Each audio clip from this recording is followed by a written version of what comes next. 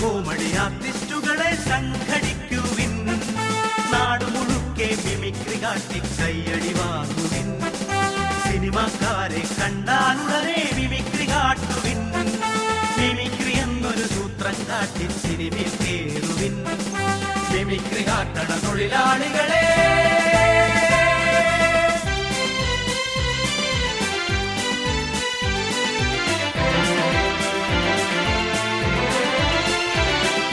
എന്റെ പ്രിയപ്പെട്ട മിമിക്രിക്കാരെ, നിങ്ങൾക്കെന്റെ 1000 നന്ദി.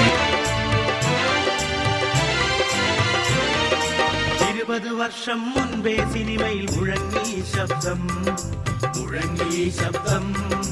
ജനകോടികളുടെ ഹരമായി മാറിയ സൂപ്പർ സ്റ്റാറിൻ ശബ്ദം, ട്യൂബില്ലാതെ സ്റ്റണ്ടു നടത്തിയ സൂപ്പർ സ്റ്റാറിൻ ശബ്ദം, ജയന്റെ ശബ്ദം, ജയന്റെ ശബ്ദം, ജയന്റെ ശബ്ദം. മറന്നുപോയൊരു ശബ്ദം ഇന്നൊരു തരംഗമാകുന്നു, ജനിച്ചു വീഴണ കുഞ്ഞും കരയണ ജയന്റെ ശബ്ദത്തിൽ. അതിന്റെ കാരണം ഒന്നതു മാത്രം, മിമിക്രിയാണല്ലോ.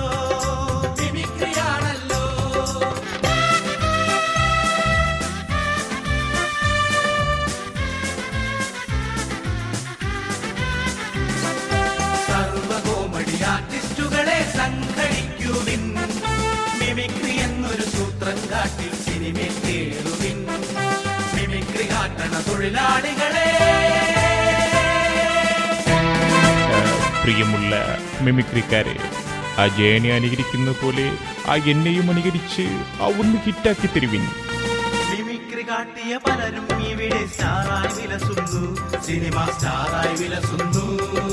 ചാനലുകാരുടെ പരിപാടികളിൽ കോമഡിയാണതും